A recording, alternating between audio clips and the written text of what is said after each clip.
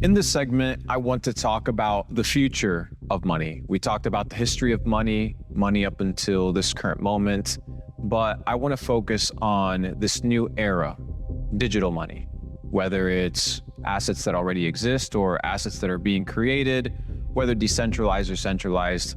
This idea of a multipolar world that Mr. Fullani speaks of is very real as different superpowers begin to emerge, as the United States begins to share market value with other countries. There is a topic of conversation that I would like to bring up.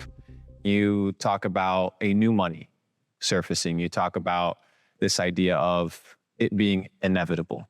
You talk about central bank digital currencies. A year ago, when we were sitting... When I mentioned that a year ago, everybody was astonished, you know? Well, when we were sitting in it came out in the of South, blue, you know? And I asked you, what is your thought on central bank digital currencies? And a year ago, you said they are inevitable. And a year ago, nobody... I told you, get the position now. Yes. And a year ago, nobody assumed that central bank digital currencies were guaranteed. No, frankly speaking, no. Today, we can say that they are guaranteed. Yeah, sure. And it's been a short year. Yeah. So that means that these things are progressing extremely quickly. I think the pandemic also accelerated them. Has been a bit backward in the beginning, to be frank. I told you also last year, because many central bank and also I think ECB in the beginning and the Fed were not talking about that. They were letting to the other banks or economists and financial companies to talk about that. But and of course came to be on the safe side. They wanted to be, and they have been like that, and they've been cautious, and they done good to be cautious. They didn't say no, but they said to become a currency, you need some preconditions, and it's okay. 3 main preconditions: means of payment, means of exchange, deposit right. And that was very important at that time, means 6 years ago. But then after, I think the things came much more quicker. And, money is a great engine of the state. That is what money is. So money is very important for everybody. And like Smith was saying, that with money you can be rich and you can be poor. The importance is how do you fulfill your needs and how much you fulfill on the needs. So in this respect, I think we're entering very quick in another era. Maybe, might be, I should say, first of all, was pushed by this initiative of some digital currencies, and then the Bitcoin, Ethereum, and whatever. And the other one, very important, which is not said frequently, it's the financial companies. I had always a dream in Albania since the first day of creation of the central bank and reorganizing the foreign exchange market, that I wanted to see Albania not only banking-wise, I wanted to see a lot of financial companies, like a garden with different flowers.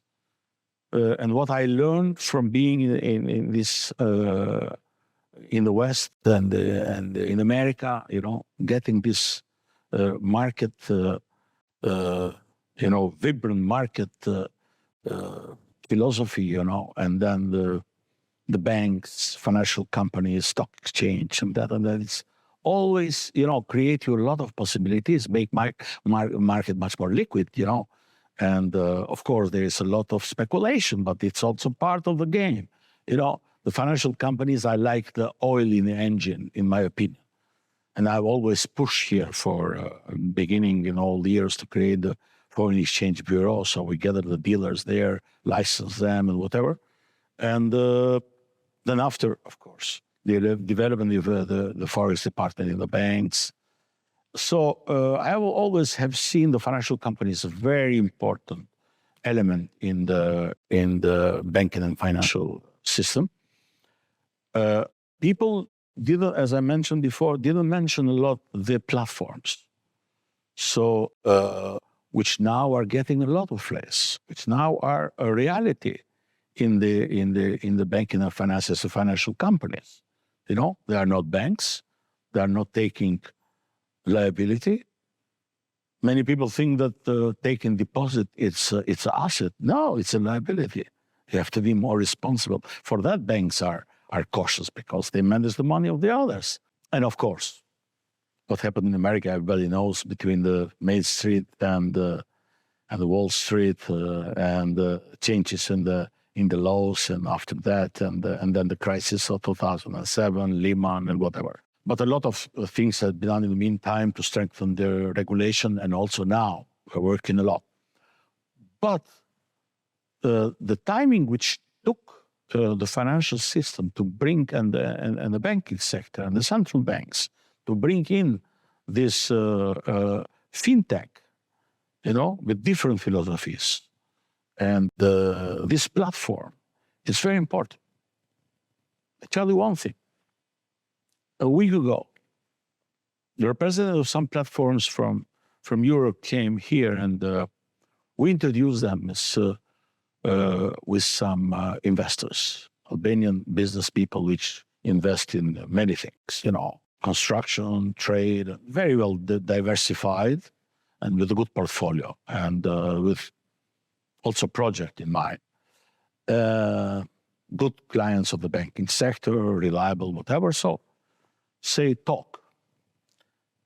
And the only thing that investors, so constructors and this businessman here, that had to tell to the platform, to this financial institution, is that they say, listen, but we get this from the bank, the loan. We get the money there, are cheaper than you know? And then you can buy, you can sell here. And so we are okay. We all, of course, we need more money for more projects and whatever. But why to come to you and not to use the banking system, which open the doors for us, and we can do this. When they learn then after that the platform, it's much more quicker. It opens you the door to international markets. In a sec, they bring not only money, but expertise, different companies competing on each other in the prices, in the philosophy, in the quality, you know? And then there is plenty of the mosaic is so great on how to compose a loan, you know, to buy and sell and that and that. And that gives you the outlet not to go and sell and pre-sell, for example, or give in the clearing side, you know, the exchange on that. You do the program, you have tot money, of course, it's a bit costly, but it's quicker, it's more secure, assist you, you know, and compete you and put in the map, which is very important, and attract other investors in the country. And then after, they agree. They agreed, look to the possibilities of new financial area. And that is the future. That's for sure. For that, we need the so-called evolution of money. No, it's evolution of money because it's a time now. Prolonged crisis, high inflation, big debt, and life, it's very quick. So the difference from 10, 15 years ago when the crisis began, it's that now we have more resilient institutions, the banks are in better shape, and financial system. Financial stability is more in place. But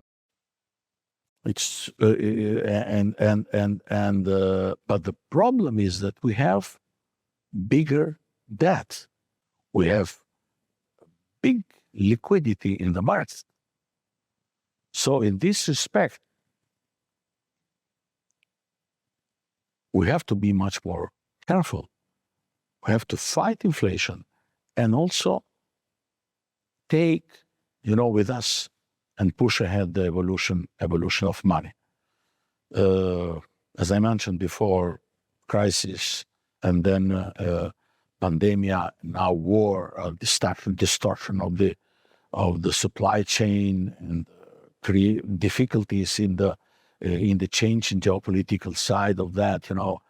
Many countries which are changing the policy, the philosophy, trying to reorganize different markets.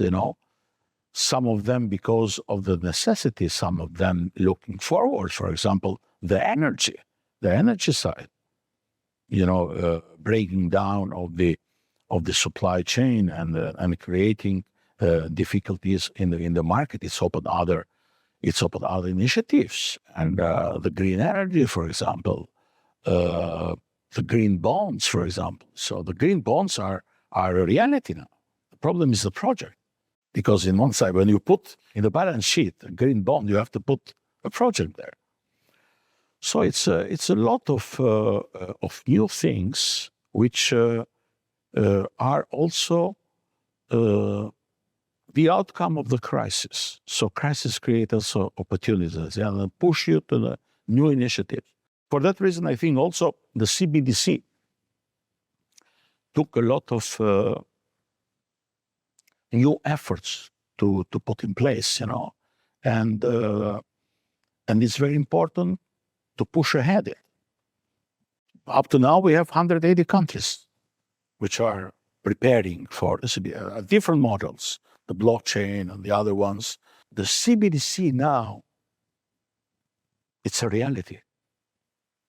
It will create better conditions for the execution of monetary policy, for banking and financial system, for the industry, for the money inclusion, for the privacy, and also for the new technology which will come in place and after.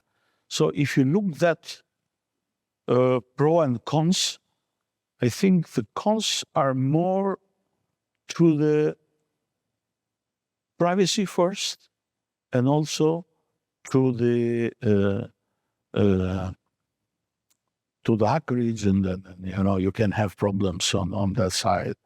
But the measures taken from cybersecurity and privacy in the models, I think, are convincing, and the efforts are now putting there. Many people, which doesn't know the model, they see, okay, the central bank will be again. They controlled everything. Now they control also in the same way but they will change the name from currency or paper to token or stable coin, whatever it will be, But it's not true. This is completely another philosophy of money and financial and banking sector. Everything will be much more quicker and much more secure. So, but it's not only the speed, it's that the monetary policy will be executed in a more effective way, not only for timing, but also as instruments going on. Let's see pandemic. Different ideas and different solutions around banks and countries invented or also selected to distribute money. It's okay? A lot of money has been given. Yes. But the efficiency were not there, because there have been a lot of agreements between stakeholders, but also the actors of the economy. And some of them, the so-called sovereign arrangement, they were left in paper, were used 20, 30%, because of not having the proper instruments. Now, with the money inclusion, you will have all the account in there. So you can play with new instruments in monetary policy to include everybody in. And include everybody in, your efficiency on using the monetary policy correctly will be much more greater.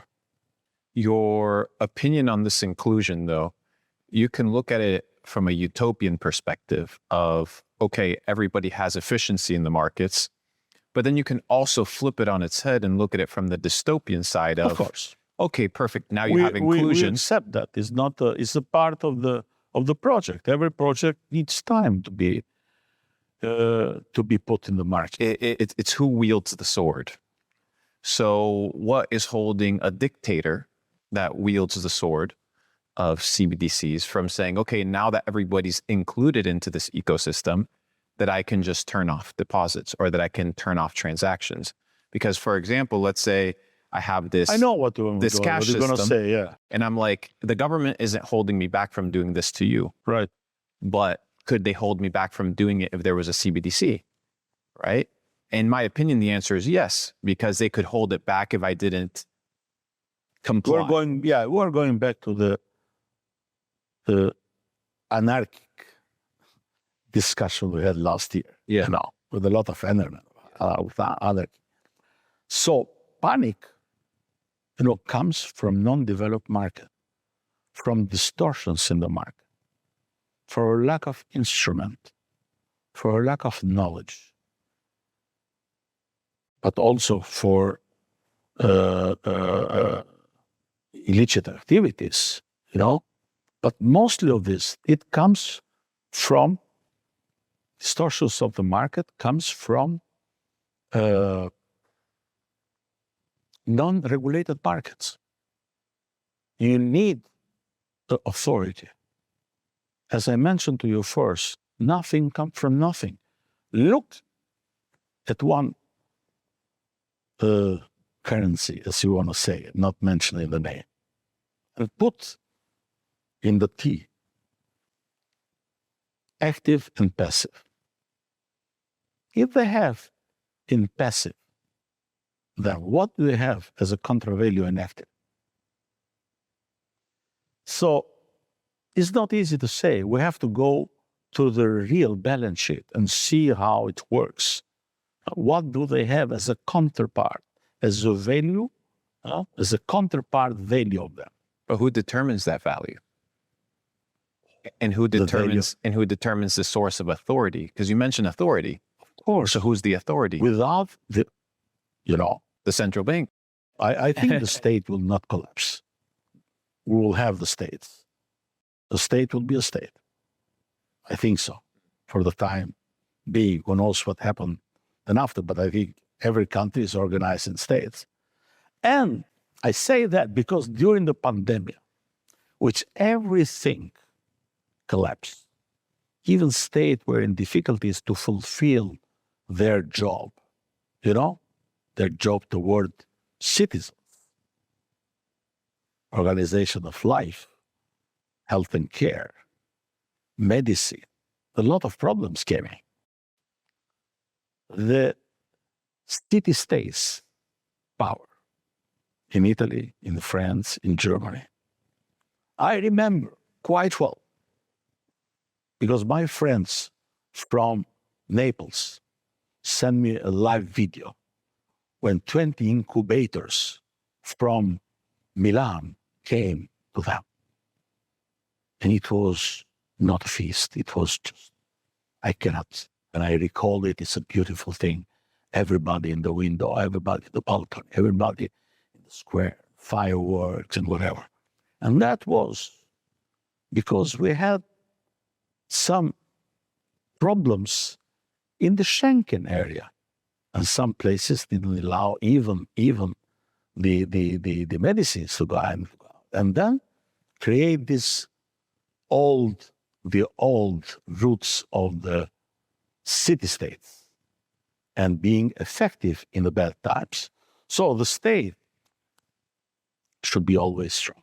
we should have, and everybody should work that create the precondition that the state should fulfill their duties toward their citizens. So that will exist. After the flag of the republic, the sovereignty comes to the coin, comes to the currency. So that is a sovereignty of your country. And in the financial world, that is very common. So the best guarantee is the state guarantee still. Of course, it's not like before that state were using that a lot. Now it's much more reduced to do that. But still, you have this sovereignty. And when you work with the IMF and the World Bank, the EU and the other institutions, there is in place, and that is quoted, and you have quotation 1B, BB plus, BB2, and that. How much weighted is your sovereignty? So in that respect, I think the new ecosystem of digital currency is very important, and we should make as much as we can easier, in order to put in efficiency that very big project. And I'm sure that the role of the central bank will be much more efficient and much more appreciated than before. The central bank, for sure, with the digital currency, will be much more transparent. The central bank will be, I should say, liberalized. Not everything will be in the central bank, in the digital currency. The central bank will have, for example, the role, the issuing of the currency. But other things, like the IT survivor, the control of that and supervision, and that will be by other entities, which can be private entrepreneurs, which can be private banks, and whatever.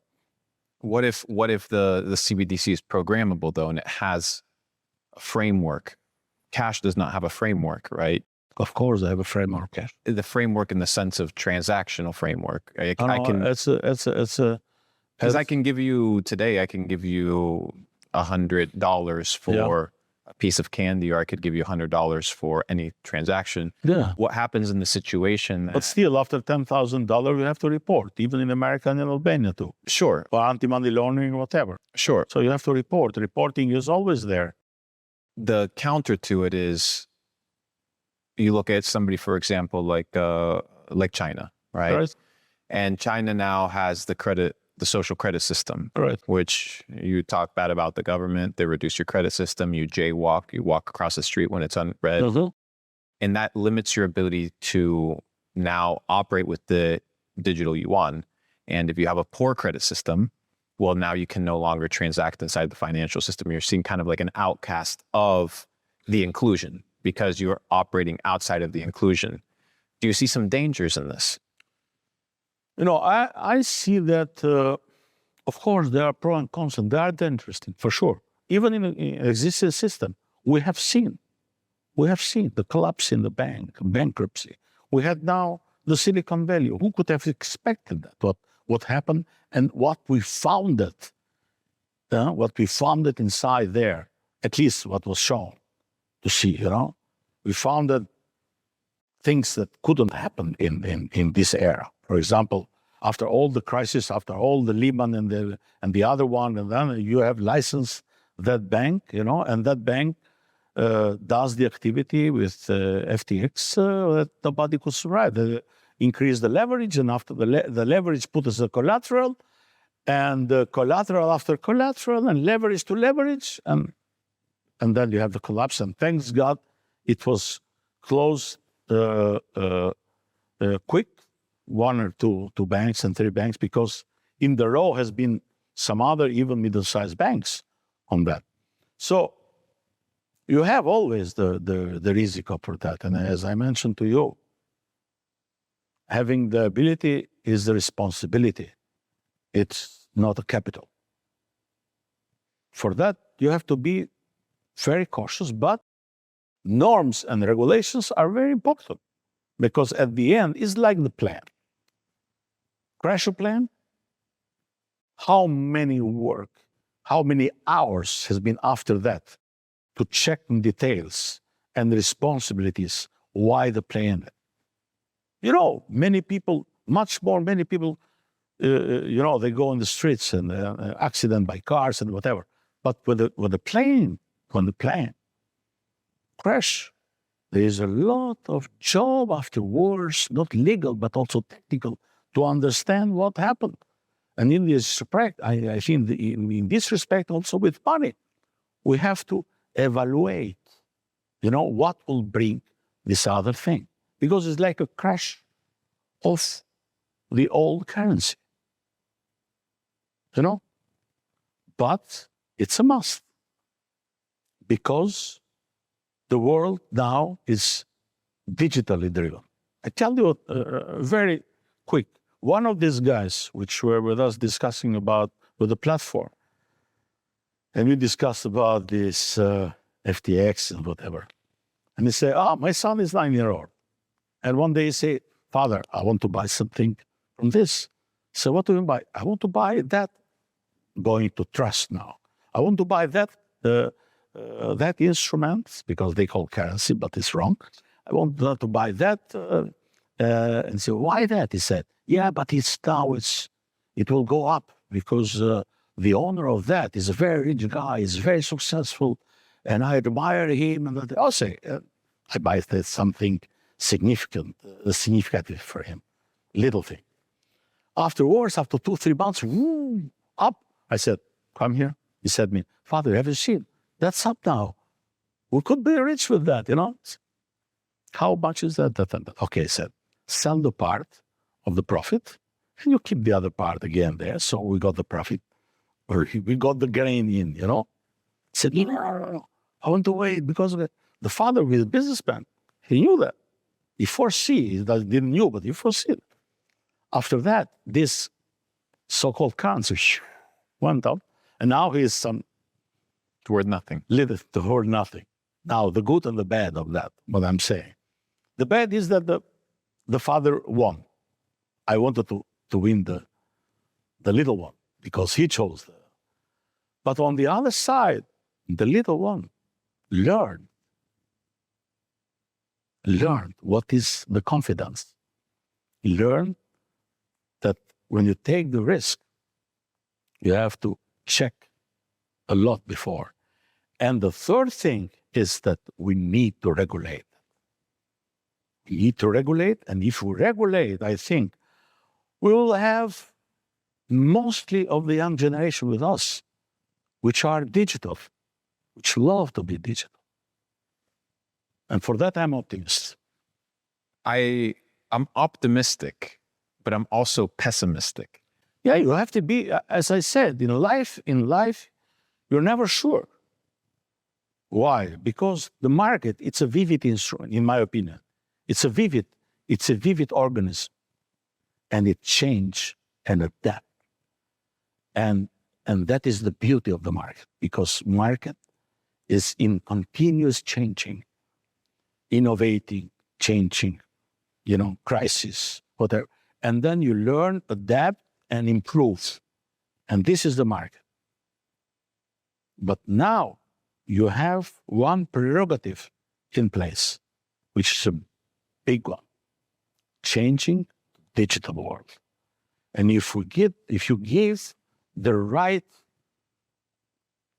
laws, regulation, expertise, and dimension, we open the world to the digital world.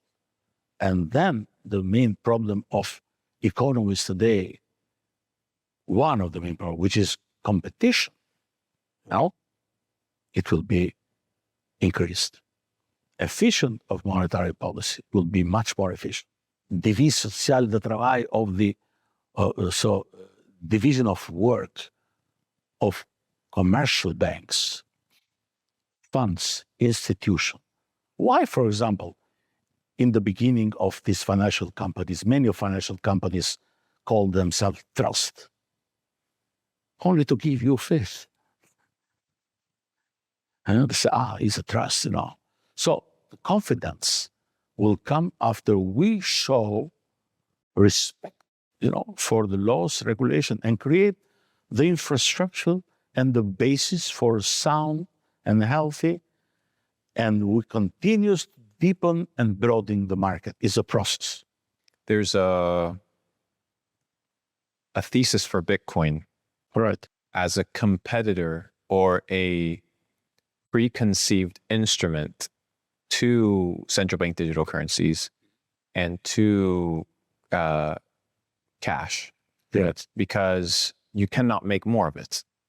You have Bitcoin as a macro, and then at a micro, you have Satoshis, which is Bitcoin broken down into fractions of correct. a Bitcoin. So in 2008, you have the crash, which, in your opinion, was this caused by mismanagement, or was it caused by regular ebb and flow of the market? Yes. 2008, it was a big bubble, a 20 years, 25 years old bubble, which people which came after that, they even founded a name, the Greenspan put, which for me was not elegant to say, because that guy was for more than 20 years in power, and he kept safe and sound, not only the American economy, but working closely with other banks, Both hemispheres contributed also to the foundation of the euro and to the keeping the value of the euro. And I imagine the cooperation before, when the Fed and the BUBA were in the market, the Bundesbank, the results were there. So any kind of oscillations in the market, whatever, they try to stabilize the markets. And they did it in accord. Or when the euro had problems in the beginning, sharp decline and whatever, the Fed entered with the ECB to keep the value in place and to be more resilient from the attacks, attacks in the speculation and other things. So, the bubble was created. The main reason is the abolishment of the law, prevent the financial companies to work both as banks. So Main Street and Wall Street were not divided; they make up together, and the big financial companies, they were doing banking businesses, investing, and whatever. So that was the precondition. And then the new so-called new instruments, which have been this composition of a lot of instruments together, with a concept of leverage, it creates this bubble in the houses.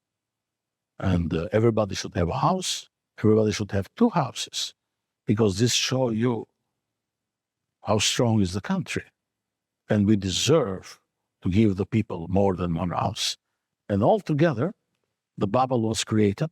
It took a long time, but bubbles always, they don't signal you. And Greenspan has a good not only expertise, but a very good expression that we don't enter during the bubble as central banks. We let the bubble finish and then we enter, because we don't have the power to what to do in the middle of the bubble. But the bubble does not signal you, so you have to have the sense, the feeling, because you have to see the statistic. You have to be curious as a central bank, and work closer with the supervision, financial stability, and to know why these financial assets are growing so fast. What happened? Is the real demand or we are creating demand? Of course, keeping interest rates low for a lot of time create the preconditions to increase inflation, but also a lot of money in the market. And as Prince was saying at that time, as long as the music plays, we have to dance till the end, and then we have Too Big to Fail, and you had Lehman and the others. But the duty of the central bank is always to take the bottle of alcohol, of wine, before the people are drunk on the table, so naturally. And that was not done. So until the bubble exploded, and everybody was in. But here does not finish the problem. The problem was the panic and the run of deposit. What happened in Albania? In one beautiful day, somebody say, oh, what happened in this Iowa bank in America will come here tomorrow. And people came to withdraw deposits. I have seen this country 3 to 4 times in running deposit. But that was the biggest one and the most consistent one. Tell me about it. It was a real disaster, As I said, we have been not prepared, because we didn't know that would happen. But we have been, the banking sector, the sector was resilient. As I said, we didn't have leverage. Of course, we had a lot of pressure before by International Commercial Bank or the other. You Albania are backward. You are only 60 to 40 to deposit and lending. You should go 80, 100, 120 like the other countries. Leverage is good. It's time to do leverage. Plenty of money. We have what to do with this money. Let's go on. But I didn't listen from that year. I said, no, we'll go like this. All of us, the institution, the central bank, Minister of Finance, and the government have been cautious on that. But the main duty was of the central bank.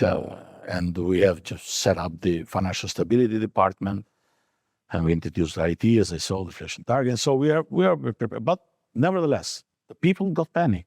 And everybody was going to the bank and say, queuing in the bank. We have been gathering, having meeting every hour, a part of telephone with the big commercial banks, with all the bankers. And get information, whatever they want. But it was a running deposit, tremendous running deposit. And could have had problems in some of the banks. If that continue for last, like other countries, for example, we have been, I think we've been very successful. We didn't have any problem in the banking sector. So we didn't close any bank. There was no bank shut down banks and whatever. No. We had this on deposit. We order all the general managers to bring a block of money, cash, like bricks, in front of the windows, so the people will see that. Nobody will go from the bank. Proof of funds. Nobody, yes. See my money. I want to see my money. They didn't want it. They just wanted to see that it was there. Yeah. And then nobody is going out of the bank. That was order from us. Nobody, if they want to withdraw money. You want the deposit? Sure. You want even more amount, big amounts on that? Okay, we can secure you to get it, to do. But when they saw that the money were not finished there, and they saw our communication with the market, what does it mean for us? Many of them brought back the money immediately. It was very frustrating, It was fear because it was panic. And panic didn't came from us. It was just important. And then after we had the Greek problem, which even in that respect, Albanian banks, and what we did is that we immediately changed the law, and the branches of the banks, of the foreign banks, we changed them in subsidiaries. So they have been under the law of the Republic of Albania. So they couldn't get the crisis in them. And the conditions and the health of these banks were much more better than the mother banks. You know, in all respect, even in the bad loans or capital adequacy ratio and the other ones. So, but time were very, very difficult. We didn't have any support like this time on pandemia that the EU and the ECB, you know, gave swap arrangement or whatever. At that time was not known. But at that time, I did a arrangement, you know, with the Central Bank of China, and we had a swap. And we had it before, believe me, we had it before the other big countries in Europe. And that was an anchor. If something would happen, we could use that. So we use domestic currency, they use their currency, yuan, and at the end of the year of the period, we do the settlement of that. So we didn't use that. In fact, I think it's still in place that because the central bank renovated that. But it was a kind of, you know, you have to have something to be secure for a moment to come because nobody knew what would happen there. And but there have been many problems in that time. The Greek crisis came. We were ready for the first time to go to London for issuing of the first Eurobond. And all this preparation were done and whatever, so underwriters and that. And then we went there. We wanted to go there. It was stopped, the plane, because of this ash of Ireland, this earthquake, and that is. So we couldn't go there, and we waited another week. Next week, exploded Greece. And exploded Greece, and we couldn't fly. So it was delayed 3 weeks. So when we went there, brokers said, there is no price for euro.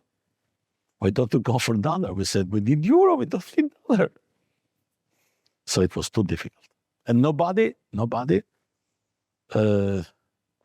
like us, were also some other countries which were asking, going for the first time the Eurobond to buy that.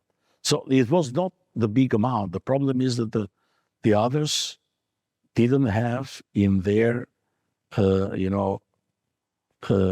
agenda to give money to our countries to do swaps or whatever. So central bank digital currency. We have seen that, you know, and how much was that could have been influenced that we have fears that the run of the deposit will influence immediately in exchange rate. But in fact, the free floating work like a security for us. So it helped us a lot. It was a buffer against the attack on the run out of the deposits. But imagine now, during the pandemic, as I said, many people thought how to distribute money, as I mentioned before. Some people say, okay, why don't we do some helicopter money? Also, I proposed that in Albania. And I also had in mind that everybody should be organized in order to get the support from the state. You have to be registered. You have to open the account. That was not so difficult, a small country. And then the helicopter money. And now with the CBDC, we don't need it anymore. So the efficiency of the central bank will be for sure, much more bigger than before. I agree. I agree in an efficiency's sake, and we'll go back and forth on this point. It makes sense for the central bank digital currency because it seems like the ideal dream for the central bank. Why? Because now you're in a situation whereby... May I ask you a question? Ask me.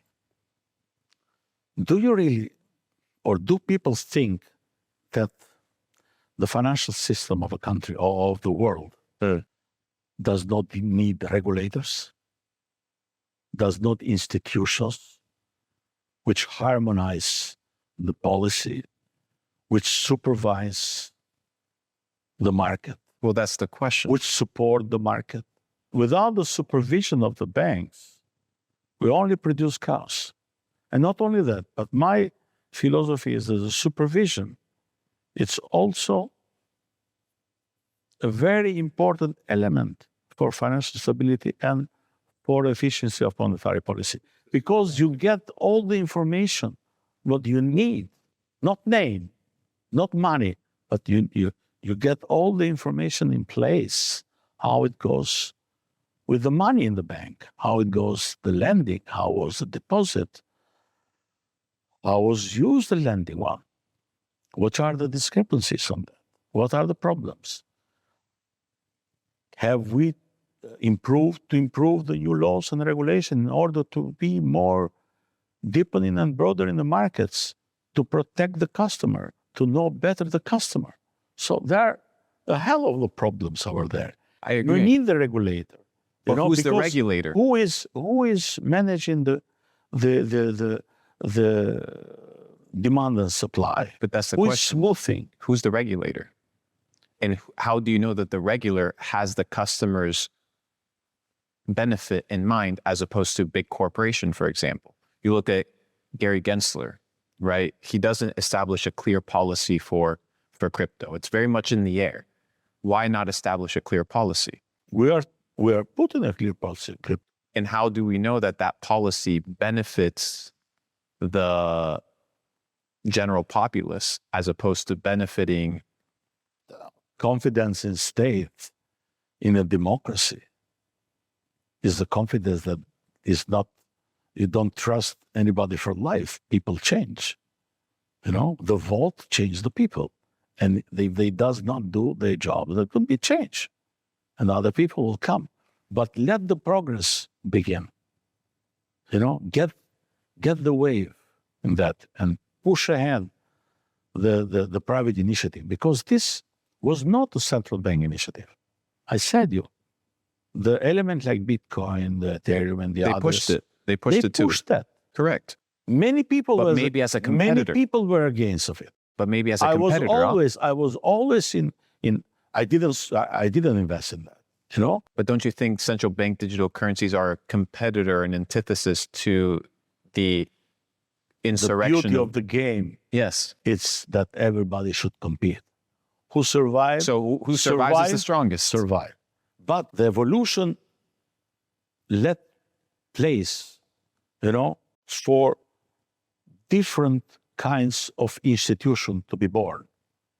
You can have, for example, the currency of one market, of one project, of different projects. It's not a problem. Let's compete it. We have the platform. So you decide, for example, this area will be developed in that and that and that, tourism area, or green energy with green bonds, and then you can create them. I guess I agree. I guess demand creates the demand will create that, and then let's compete. You know? I agree. Without the competition, there is no efficiency. There is, as I said, it's proven. It was forgotten in the Washington Consensus, and now it was added then after. But the competition is the core of productivity. You can do whatever you want. And the market will determine whether they want you or not. Of course, we're talking on the preconditions to be fulfilled, and after, if not, you know.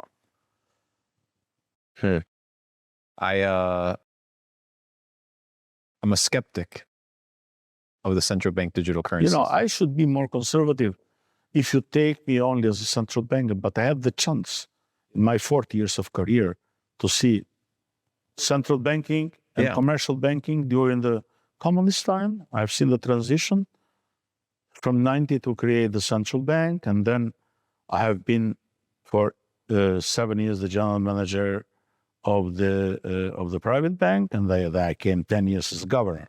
So it means... You've been in multiple spaces. Yeah, and that gave me a lot. If I wouldn't have been to the private sector, I wouldn't have been successful as a governor. Now, let me ask you a I question. wouldn't have even dared to go there. But don't Because- you, if you look at the communist time in Right. Albania, Right. do you see an issue of this, of a CBDC operating with a communistic No, worldview? come on. You don't see it? No, Why? not at all. Not at all. The communistic one was one currency, one note. There was not accepted the concept of inflation, and lending facility was quasi zero from the private people, and then everything was planned, was under programming of plan, and there was no competition at all. So the people that didn't have incentives to work, because we go to work to be paid, and that's all. And then after the very close country, very close economy, we ended up without raw materials for the fabrics, for the enterprises, and that was a terrible time. You didn't get anything, and at the end, we didn't have even one truck of powder milk for the kids until the next day. So we lost good part of the reserves due to the foreign exchange transactions. We lost a lot because of lack of money to buy even consumer goods. So and then we shorted the hours and shorted the salaries, whatever. And at the end, we collapsed. So that was a shutdown because there was no consumer goods. All the factories closed. So it was a social unrest and whatever. So and then the collapse of the regime. But in the meantime, it was a collapse, and in the meantime, it was the restructuring, and that what makes all this job very, very interesting and very vibrant. Inside of you, you're like an engine. Every day, you could do everything. You could have done hundreds of things during the day, because time was demanding for new changes, and you believed in that. So we need to believe in that project. If you don't believe in that project, if you don't put in the mind of not only the central banks and central bankers, but of the market, of the business people, of the agents and whatever, because as I said, this is not a project of the central bank. It's a project beyond the state. It's a geopolitical, It's very important. It's an evolution of money. It doesn't happen in one country, in one state, in one area. It's happening, in fact. And if you see, more than 90% of them, which are doing CBDC, wants both. Wants retail and wholesale. And if you see the American draft, it's very, very interesting to see how they will look to the conspiracy and also to cybersecurity and the composition of all this institutions which will handle the CBDC. So it's not like before. The central bank will not have the role like before, which has much more role, much more efficient, but backed by other institution in the meantime, and technology for sure.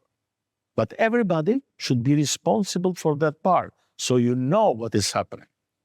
It's much more transparent.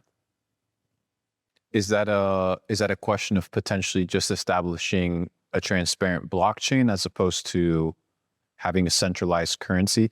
Because I mentioned to you last year, one of the managers of the Bank of International Settlements. Yeah. Forget his name. He's from Mexico. He's the boss. He's the boss. He's really a great personality. Let me ask you about Agustin, Mr. Agustin. It's a great personality. So let me ask you about him. And I think he has done a great job as the general manager of the bank for the BIS. It's a great job. And if you see there, it's in June, the last report of it. So in the last model of the CBDC. He mentions, I'm going to send it to you in an interview. He talks about the programmability of money. Mm-hmm. Up until now, in some way, shape, or form, we have had a framework of programmability. You were talking about the fact that you have to claim receiving X amount of money or sending X amount of money. You have the traceability of banks. But with a central bank digital currency, and then now the introduction of, you talk about green bonds, or we can talk about the policy of ESG, things of this nature. There is a case, because I also want to play devil's advocate here, and I want to play both roles. But please not with the persons. Not If it's anything that he doesn't know in the financial world is nothing. So it's more so as a topic of top of the top. Now let's go for the institution. What do it's more so the topic of conversation. Of course, yes, okay. So he brings up the scenario of programmable money. How do we ensure that, let's say COVID 2.0 comes out eventually, right? Something else happens, something breaks out. A country says, hey, you know what? You cannot leave a 20-mile radius from your house. If not, your money is programmed to not be spent outside of that address. Do you foresee that as a potential complication? Or we talk about the, let's say people want to buy vehicles that are powered by diesel, but now based off of ESG rule or climate regulation, they say, well, you can only use programmable money to purchase electrical vehicles. Do you see that as a form of control in some way, shape, or form? Instead of limitation, the CBDC will open the windows. The CBDC will be a very open, transparent, and reliable instrument. There is no limitation at all. But let's begin. Let's put that in place because it's urgent. You know how much liquidity we had in the market. You know how that is going on. It's freaky. You know It is. it is freaky. You know it's going to 300 trillion, which is 2.5 more than the worldwide GDP. So it's So we have literally money out of thin air. you know, the policies were right in the sense that, for that I mentioned to you, Begahout, what he did in Bank of England 300 years ago. The policy was right to put liquidity in the market. And what Mr. Draghi said in London in June 1912 to protect the euro, because speculators has been in the market, you know, and dumping also the bonds of Italy and Spain and the other. And it was very crucial. And what he said, listen, guys, said, we're going to protect the euro. technicals, and we will do whatever it takes. And he said, we have a lot. So he guaranteed that. And the market tranquilized that new position, and the euro was safe. Okay? But that expression came after a lot of efforts done before. They couldn't solve it. And now that is a slogan. So when the time of crisis comes, you have to do it. You have to go and give money, because the crash will be much more bigger. Of course, we have this liquidity, but I mean the central banks, the Fed and the ECB has been working very well during the crisis. I told you the mistakes could have been much more faster, curriculum, communication of the markets could have been much more straightforward, and the strategy of intervention could have been much more consistent, and graduality, it's a mistake. Central bank, you need action. When you put the injection of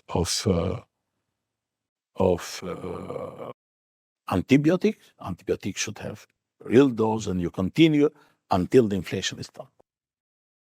I want to ask your opinion about Bitcoin. Bitcoin has a fixed amount. No more Bitcoin can be created outside what the program allows, X amount of million Bitcoin in circulation. This means that it is a deflationary asset in the sense of purchasing power, or the unit will be worth more over time, obviously compared to what, in this case right now, it's the US dollar. Do you see a place for Bitcoin in the financial ecosystem moving forward? I think he has a place there. He's been from the first, and I think he, going through crisis, I think he showed also resistance, and but frankly speaking, there are some elements that you say that are in favor of Bitcoin. So I'm not okay with the limitation. I don't like limit. Why? Why to limit the currency? Currency is for everybody. To preserve the purchasing power of it. Money are born to fulfill the needs of people. As I mentioned Adam Smith before, you can be rich or you can be poor. Depends how you fulfill your necessity things. So in that respect, I think that is not on the macroeconomic, is not a good thing, limitation on that. The other thing, I'm not against it, and I think I'm not against of any currency coming into the picture, because it's a new initiative, and let's try competes. But what bothers me is the currency, as I mentioned to you, does not come from nothing. And for that, I show you the balance sheet. If you put Bitcoin here, what do you put as a counter value of it? So I think the creation of CBDC will show resilience. And I don't know, but I don't know that this instrument, Bitcoin, could be long life forever like this. What if Bitcoin's counterpart is Bitcoin? Because right now we just denominate it in dollars for the sake of illustration. Cannot have. I think many changes will come in the picture, my opinion, personal one. Many changes will come, which will really sometimes even will get us, will come out of blue, can also get us out of guard, because this evolution coming not in a peacetime, but in a wartime, I don't say war because the war is there, but the situation of the war in the system. I mean, a situation where it's not normal. I mean, very difficult. A complete reorganization of the markets and high inflation, disruption on the supply chain, difficulties in the with the energy and new markets and whatever. So it's not really a good weather that we think, okay, now in the good weather, let's have a good project. But in the other side, that precondition could help us to go much more faster, and much more, I should say, in harmony and in cooperation between the stakeholders, at least with the major countries and the central banks and that all. And on the top, you have G7, you have D20, you have a lot of organization on that. And I think I'm optimistic things will go for better. But we should stop the war as soon as possible. I agree with that. That is a must. It's horrible, and then I think a lot of things will change. Transitioning out of digital currencies, I had mentioned to you backstage about this idea of companies like BlackRock and Vanguard, and the fact that they do have their hand in, at least in the American side or in the North American markets, they have their hand in pretty much every major company, whether it's Amazon, whether it's Boeing, whether it's CNBC, whether it's Pfizer.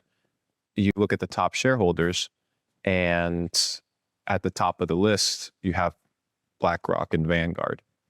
Now, in some way, shape, or form, they do form policy indirectly because private institution has some sort of autonomy, right, outside of the government. Do you see there being an issue with conglomerates of this size and monopolies of this size influencing policy that may affect the general populace for the sake of the shareholders? No. These financial companies, as I mentioned to you, they are important element in the market. As far as the doubts we have, this is concern of the legislations and the regulators, that I can say. So when it comes to globalization, we see there being a big move towards it. In some aspects, it's good. I agree. You have the speed and optimization of supply chain. You have the connectivity of people. But there is a real concern out there for, well, who's in charge of the agenda of globalization and who is the one that dictates the philosophy. I know that you've been to Davos, for example, and that's a place where people go to and they talk about globalization, but you also say it's too late for globalization because it's already underway, but it's too soon to see the effects or the results of it. Because it will have another phase. Tell me what you mean. Globalization will change, and it's changing in effect. All this, I think, situation that we mentioned before, prolonged crisis, pandemic, war, domestic problems of China switching from export to domestic business, whatever, create a lot of problems, and not to forget that China is the biggest factory. Yes, and the biggest warehouse in the world, and the biggest warehouse, and also the best influencer of inflation. as soon as the China came out from pandemia, and you saw immediately that tracking inflation going down in Europe. So the globalization, we know what it brought. It brought populism, brought inequality, brought protectionism, and together with all the situation that I mentioned, brought a lot of problems. With the breaking down of supply chain, happens. Things that were not forecasted before or foreseen before.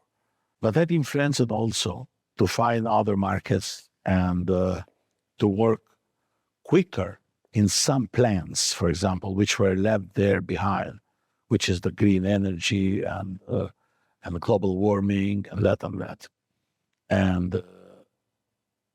And now we live in, I think the globalization will change fares. Will change fares and will be adapted to the new circumstances.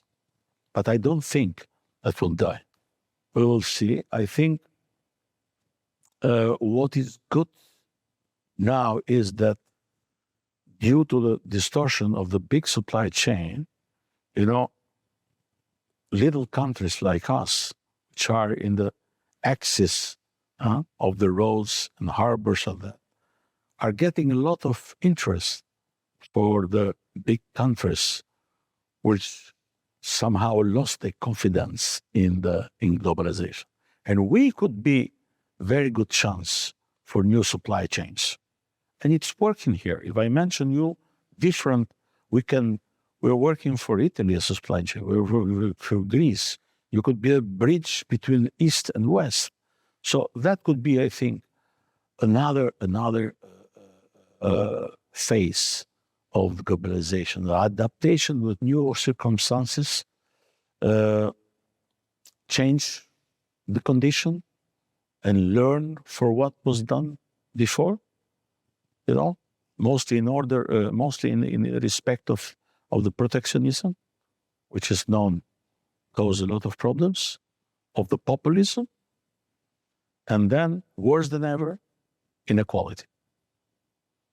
So for that, I am in favor of the digital central bank currency, because that will be much more money inclusion and transparent. This is what I wanted to say about the globalization. But will never die. I think it's adapting a new phase. I mean, even on the technological side, I think it started from a technological perspective because people are just so much more connected. Yeah. And you can't avoid that. Oops. Wrapping up, I want to speak a little bit on the importance of financial literacy. You mentioned that as an important aspect of development. A lot of entrepreneurs are going to be listening to this. A lot of the terms that you've been utilizing, they're not aware of them. A lot of the operating systems as to how the world works are not in their spectrum of importance. What is your advice or your opinion for developing entrepreneurs and entrepreneurs that are, doing quite well to develop financial literacy as a pillar for their success? We have been doing a great deal in the central bank, and it's also continuing. We began from the scratch, and we founded a very fertilized land, to work. That means that we founded people eager to learn, as I mentioned before, not only in the elementary school, but in middle school. My idea was to publish a book which will give the fundamentals of macro and microeconomy. And then we did that book. Central bank produced a book. It's in English. And we did it in English because we wanted to use also in the region, the education in financial topics, beginning from, as I mentioned to you, from the middle, from the elementary school, and for the middle school, we have been putting them. We discussed agreed with the Minister of Education, and we put that in curricula, so they could decide the students which kind of book they want in curricula, and have also the book of the central bank on the financial literacy. What we learned when we began that is that are a lot of people which want to do that. You mentioned, not only only entrepreneurs and businesses, whatever, but also other people which are not in the list, but they want to contribute. I had a speech in the United Nations in New York, and the audience was great, fantastic, and everybody wanted to take part of it. So if we put that on the digital side, because we did it in the central bank, and we're doing it, I said it, I put it as a third element in our policies in the central bank, the financial literacy, because it's very, very important. And this is an anchor to the inflation targeting for us. We should get more. It's only the organization, the openness, and the results. We should show the results. If you show the results, that could be a challenge. But for me, financial literacy, it's after in the central bank, after the monetary policy and the price stability and financial stability, we had the third one is the financial education. I agree. I think financial education is foundational for the success of any individual and any conglomerate of people. I appreciate you coming today. Thank you very much. It was a pleasure flying out to see you. I look forward to doing a part 2 in a few years when we see this vision play out, and when we see kind of these predictions that we've made either work or not work like we did last year. And thank you so much for having me.